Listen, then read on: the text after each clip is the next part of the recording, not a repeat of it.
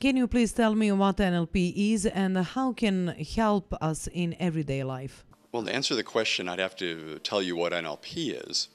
And in a very real way, it works with the imagination.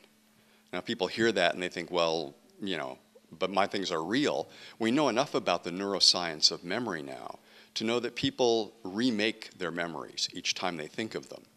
If some people think of a difficulty, they'll notice they've dropped out the boring parts. Or if it's a relationship that went bad, they drop out the good parts, so they just remember the bad parts. So we really make up our memory in a certain way. And with NLP, we understand how that process works, so we can use it deliberately.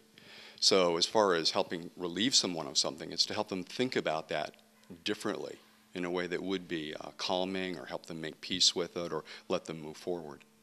We're not as much in the world as we think we are. We're also in our minds. And the lives we get are what we think about.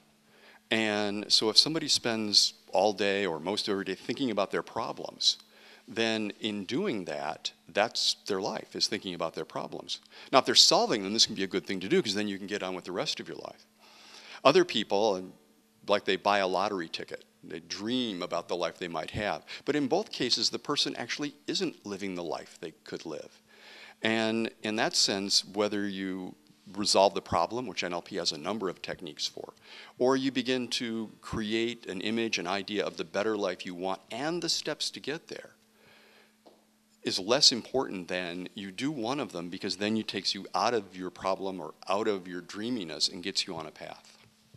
How can NLP help in everyday struggle here in Serbia, country that is not so economically developed?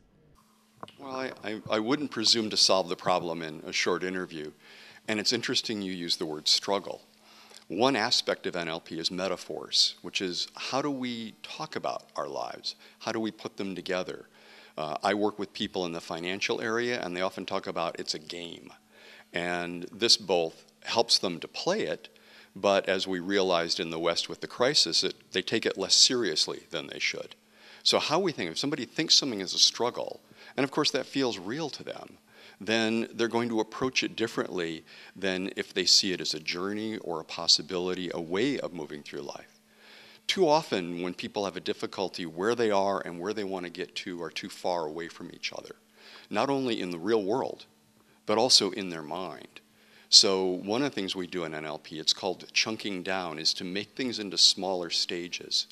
Like what are things that are more near in time that can give you a sense of moving forward? People underestimate how important it is for our whole body, our spirit, our mind to feel some movement forward. And so I suggest to people that they put goals even in the next day, that they begin to feel like they're making movement.